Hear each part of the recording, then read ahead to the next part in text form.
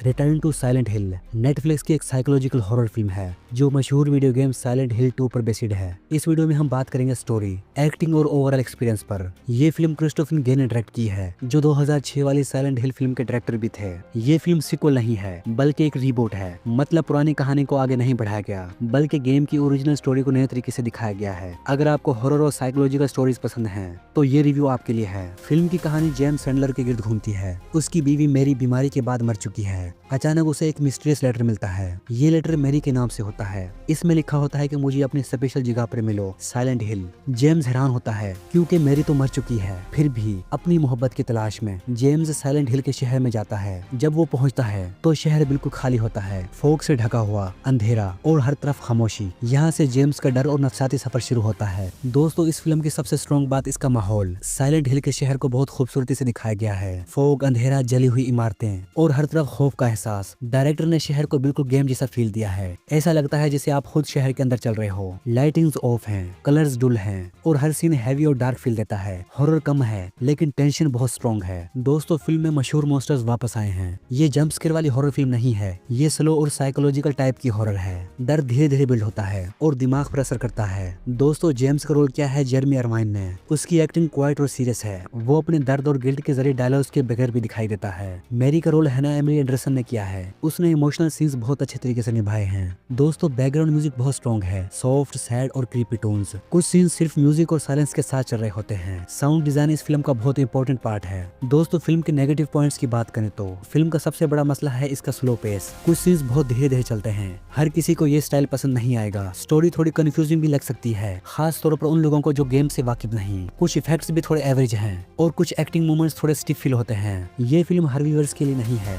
तो दोस्तों, ओवरऑल बात करें तो रिटर्न टू साइलेंट हिल एक डीप, डार्क और साइकोलॉजिकल हॉरर फिल्म है। गेम्स के फैन के लिए ये फिल्म बहुत स्पेशल है। एटमॉस्फेयर, म्यूजिक और विजुअल्स ओरिजिनल साइलेंट हिल का फील देते हैं, लेकिन कुछ ऑडियंस को ये थोड़ी हैवी और स्लो लग सकती है। दोस्तों, मैं इस फिल्म को देता हूँ 3.5 आउट ऑफ 5 स्टार्स। एटमॉस्फेयर और म्यूजिक के लिए स्ट्रॉन्ग मार्क, स्टोरी और पेसिंग के लिए थोड़ा माइनस। लेकिन अगर आप फास्ट हॉरर, ज्यादा एक्शन, जंप स्केयर चाहते हैं तो शायद ये फिल्म आपको पसंद ना आए। अगर आपको डार्क एटमॉस्फेयर, डीप इमोशंस और माइंड बेस्ड हॉरर पसंद है तो रिटर्न टू साइलेंट हिल एक डिफरेंट और इंटरेस्टिंग एक्सपीरियंस है। तो दोस्तों, मिलते हैं नेक्स्ट वीडियो में। तब तक के लिए मूवीज एंजॉय करते रहिए।